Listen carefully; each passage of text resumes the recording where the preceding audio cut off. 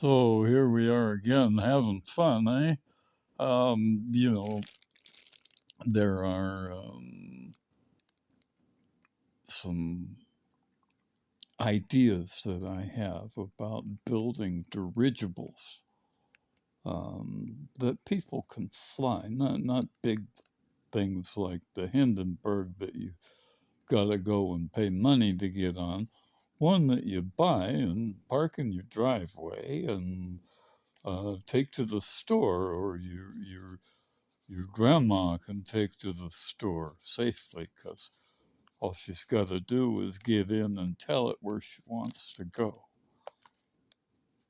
And they're stable and smooth, and your kids can play on top of it. On top of it. And it's stable. They won't fall off, they won't fall down. And it doesn't break, and it doesn't fall out of the sky. This is kind of a pipe dream of mine. Here I am. It's 4:20, which is, the break time at the Mountain Smith workshop and laboratory.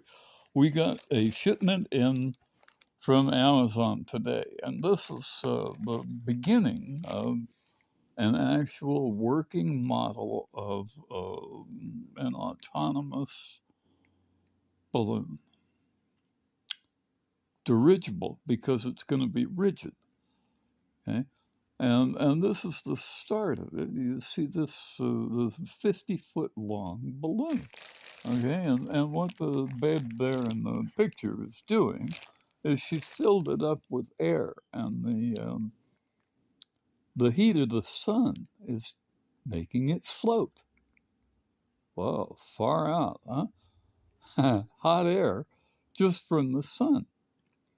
Okay, so I fill this with helium, and the stuff, I've been checking it out, and it doesn't leak.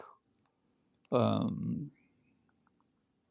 I've got a balloon over here that's still floating. I filled it up before Thanksgiving, way before Thanksgiving, back in October, I think. Um,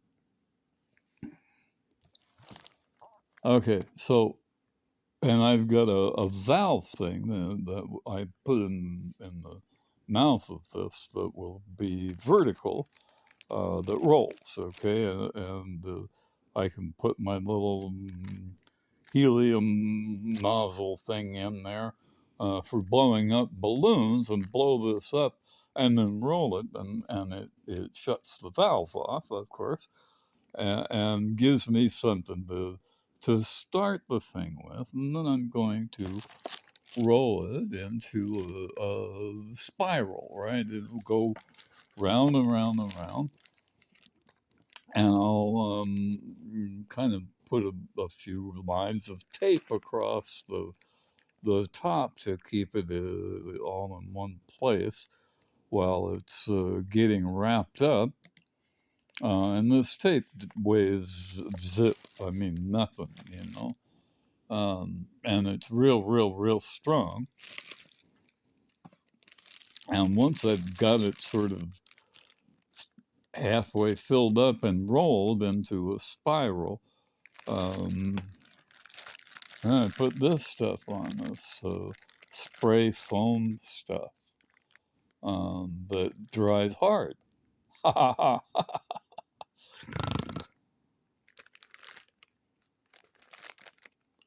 And something like paper plates on top, so that it's nice place to sit and walk around, but not on this one, of course. It's just little, um, but something like that. Probably I've got shrink wrap, big rolls of shrink wrap, um, that I'll just wrap around the thing, and that will hold it, and put a layer of this spray foam insulation stuff that'll go down in the cracks and hold it all together so that it's not um, moving against itself. You know, the traveling through the air, it's not going to rub on itself. Uh, and basically, once you fill it up, it's gonna stay within reason for a long time. I mean, I could fly across the country and not have to renew the gas in my gas bags. Um, and I've found this looks goofy, right? Or this lady holding the little black bag. Uh, I found some like this that are 3 layers thick and 120 meters long. Meters, not feet, meters. Oh, nutty, nutty. It's a big one, it's 3 meters in diameter, which is as tall as the room that I'm sitting in. 10 feet, basically. 3 meters. Wow. Oh, crazy Rick. We're gonna fly. And the cost is affordable, right? I've also got some little bottles that I've created, a bottle rocket, right? And the bottle rocket runs on hydrogen oxygen gas that I can create on demand. I don't have to like store hydrogen. I don't have to carry a bunch of stuff. I can make it either out of water or out of acetone, and I haven't worked that out yet. We're working on it. With the acetone, I can do it all day long, every day for a long time, and I think like a liter of acetone should um, go hundreds of kilometers or more, because once you're up in the air, you don't actually have to like flap your wings to fly here. It just flies, right? And the wind blows, and so you go up and you select layers that are going in the direction that you want to go, and you just shut off the motors, and you've got this stable platform that you can walk around on top of, or sit on the bottom in the bottom, because it's in a spiral, there's like a donut hole in the middle, and holes don't weigh anything. That's the cool thing about holes. So I can have a big old hole, and you can like sit, put a bubble down here to keep the wind from um, bothering you, and look around as as you're flying along. And it doesn't cost anything to get some places. Or you can, turn the little rocket motors on and get there pretty quick if you have to. Um, but you're not moving a lot of mass, right? This thing's floating in the air. So it doesn't weigh a lot, and it's not like made out of metal like the Hindenburg was. This stuff doesn't burn. It's not flame proof, but it's heat resistant. Um, and my bioplastic is flame proof. It doesn't burn. So there are, I'm working on it here, and this is gonna fly I'm starting to feel better finally. Yay. And this is what I'm working on. Because I think I can make these and sell these or give them away to people. And I can make them really big, really big. Big enough to live in. Right? You could put it up there and have a little garden and a place to sit and room for your kids and you. And you don't have to pay rent and you don't have to, you know, you get a garden that produces most of the stuff you want to eat. And you can stay home with your kids. No real estate taxes.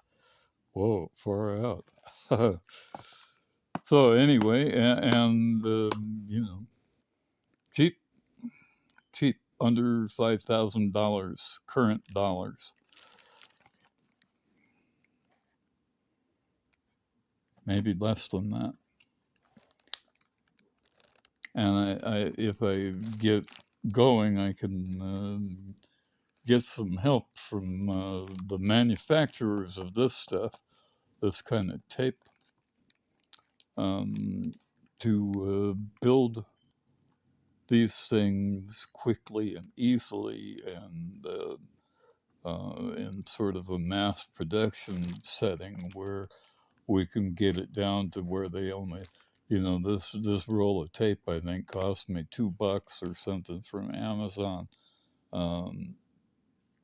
and I'd like to see these dirigibles be able to go out and people can put them together themselves the way they want, and use a little spray stuff to hold them together, and they've got a vehicle that they can move around in and get around in and live in, or you know, you make smaller ones to get back and forth to the ground and to the store or whatever.